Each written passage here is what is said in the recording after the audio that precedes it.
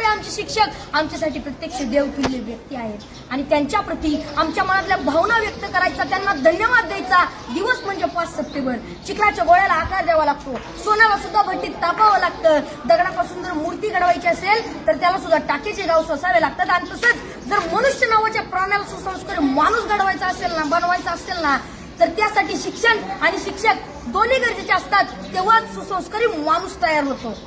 जगावर राज्य करणारा इंग्लंड हा देश आहे आणि या देशाच्या सांस्कृतिक परंपरेने त्यांच्या देशातील शिक्षकांना राष्ट्रपतींइतका सन्मान आणि दर्जा दिला जातो आणि म्हणून तर ते जगावरती राज्य करतात. ज्याला क्रिकेटचा देव मानलं जातं तो मास्टर ब्लास्टर सचिन तेंडुलकर. त्याला प्रसार माध्यमांनी प्रश्न केला की तुम्हाला एवढी बक्षीस मिळाली, तेवढे पुरस्कार मिळाले, तर त्यातलं तुमच्या आवडीचं बक्षीस कोणतं? तेव्हा सचिन तेंडुलकरने सुंदर उत्तर दिलं. ते म्हणाले, मला एवढी बक्षीस मिळालीत, मला एवढे पुरस्कार मिळालेत, अहो एवढंच काय, मला सर्वोच्च पुरस्कार भारत रत्न मिळालाय, पण त्यातलं माझ्या आवडीचं बक्षीस कोणतं असेल ना, तर ते म्हणजे मला माझ्या आचरेकर सरांनी दिलेली शाबासकीची थाप. ते जेव्हा म्हणतात ना शाबास सचिन, तेव्हा त्यांची ही शाबासकी मला भारत रत्नापेक्षा सुद्धा मोठी आहे. जी माणसं आपल्या जीवनात मोठी झाली त्यांनी आपल्या आयुष्यातील मोठेपणाचं यशच श्रेय आपल्या शिक्षकांना दिलंय. जगामध्ये एक सर्वात जास्त वाचलं जाणारं आणि सर्वात जास्त विक्री होणारं एक पुस्तक आहे आणि त्या पुस्तकाचं नाव आहे 7 Habits to Highly Effective People. यशस्वी लोकांच्या 7 सवयी. आणि हे पुस्तक लिहित असताना ते लेखकाने जवळजवळ 3,000 पेक्षा जास्त यशस्वी आणि सर्व क्षेत्रातील लोकांच्या मुलाखती घेतल्या होत्या. तर त्यामध्ये जवळजवळ प्रत्येक यशस्वी लोकांनी आपल्या यशाचं श्रेय आपल्या शिक्षकांना दिलंय.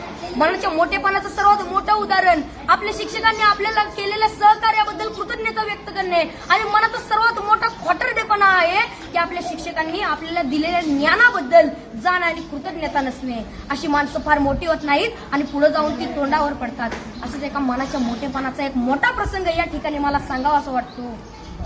एकदा डॉक्टर बाबासाहेब आंबेडकर इंग्लंडवरून भारतात येत होते. ही बातमी त्यांच्या कार्यकर्त्यांना, त्यांच्या आयोजकांना समजली. त्यांचे कार्यकर्ते बाबासाहेबांच्या विमानाची वाट बघत विमानतळावरती थांबले. बाबासाहेबांचं विमान 2-3 तास लेट होणार होतं, पण तरी सुद्धा त्यांचे कार्यकर्ते त्यांच्या स्वागतासाठी त्यांची विमानतळावर 2-3 तास वाट बघत थांबले आणि 2-3 तासानं बाबासाहेबांचं विमान विमानतळावरती लँड झालं. बाबासाहेब खाली उतरले. बाबासाहेबांचे सर्व कार्यकर्ते बाबासाहेबांच्या दिशेने पळत सुटले. ढोल ताशे वाजू लागले. बाबासाहेबांच्या घोषणांनी आकाश दुमदुमून गेलं. बाबासाहेब आप आगे बढ़ो, हम तुम्हारे साथ है, बाबासाहेबांचा विजय असो अशा घोषणा देत होते. कोण बाबासाहेबांच्या पायात पडत होतं तर कोण त्यांना हार घालत होतं. बाबासाहेबांची नजर समोर गेली तर समोर बसलेला एक म्हातारा माणूस मात्र बाबासाहेबांचा हा कौतुक सोहळा अतिशय प्रेमाने पाहत होता.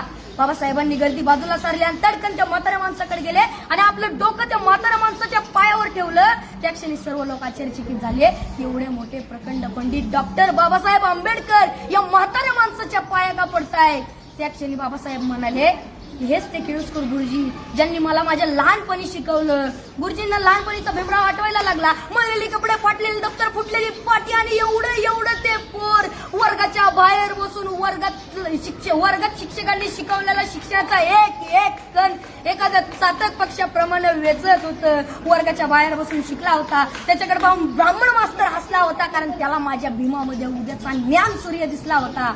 डॉक्टर बाबासाहेब आंबेडकरांना केळुसकर गुरुजींवर प्रचंड प्रेम आणि श्रद्धा होती. मला या ठिकाणी म्हणावं असं वाटतंय, घरट्यातून पिलू उडावे घेऊन दिव्य शक्ती, आकांक्षाचे पंख असतात आणि उंबरठ्यावर भक्ती. तसंच आपण आपल्या आयुष्यात किती जरी मोठं झालं, किती यश संपादन केलं, तरी आपण आपल्या शिक्षकांना आणि आपण आपल्या शाळेला कधी विसरलं नाही पाहिजे. एवढं बोलून मी माझ्या भाषण संपवतो. जय हिंद. Very good.